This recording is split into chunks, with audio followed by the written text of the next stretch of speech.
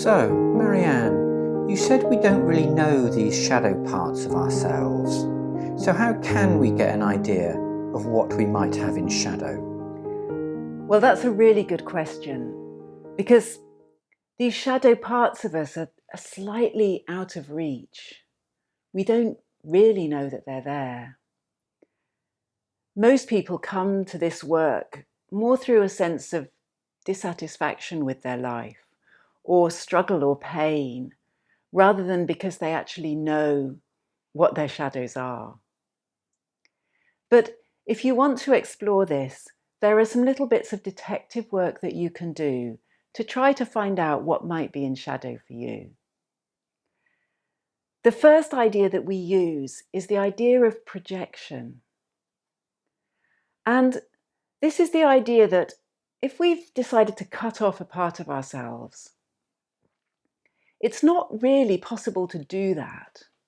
And so if we're denying that that aspect is in us, it has to show up somewhere in our world.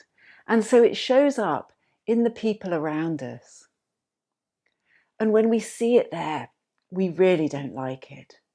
We want to squash that down and hide it away in the same way that we've squashed down that aspect of ourselves and we're trying to hide it away in ourselves. It doesn't mean that other people don't have these aspects. It's just that we have a particularly strong response to them. Imagine if in my childhood my overtures for love and care and attention were rejected and treated cruelly. I'll probably have taken that side of myself, put it away into shadow, and hidden the fact that I want care or attention. So as an adult, if I see people going around getting cuddles, getting care, getting love, I might really judge that. I might think, oh, for goodness sake, that's so needy, that's weak, that's pathetic. I really shame that in other people because I've hidden it away in myself.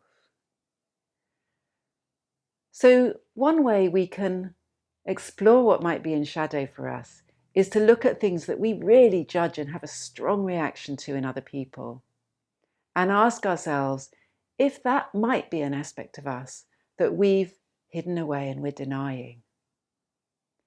And there's a flip side of this, which is if we really look up to somebody. Oh my goodness, she's so amazing. She's so spontaneous. She's so creative. That's so brave. I could never be like that.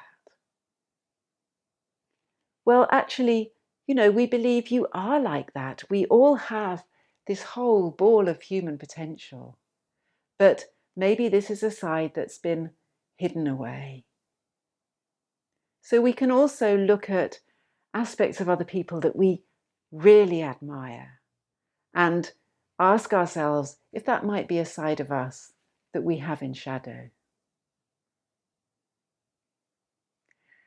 Then the second way that we can explore this is looking at things that we do by accident.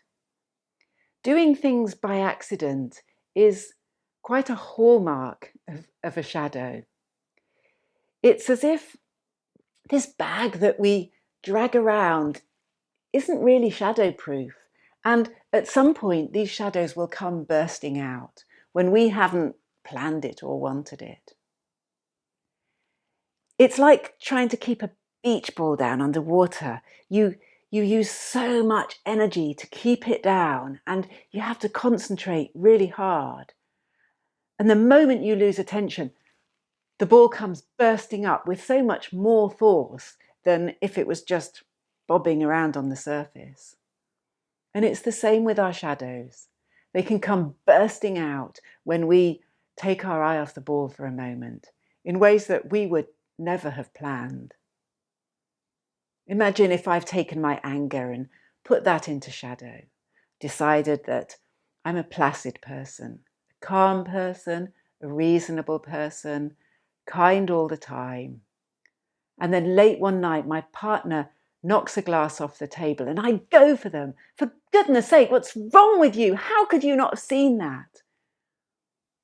And then a moment later, I feel so much shame.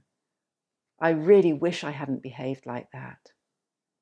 I just say, I'm so sorry, that's not me. I don't know where that came from. But, we believe this was a part of us, but just a part we don't really know well and that's been put away into shadow. So the second tool that we have is to look at things that we do by accident and ask ourselves if these might be aspects of ourselves that we've hidden away and we're denying. And then the final tool for this is to look at things that we do compulsively. It's as though our shadows are driving us from behind the scenes, and there are certain things that we do over and over again without real conscious awareness, or certainly without deliberate intention. Good example for this is people who say yes to everything. Sarah, would you take my children to school? Yes, of course I would. When shall I pick them up? The yes comes before the brain even has time to be engaged.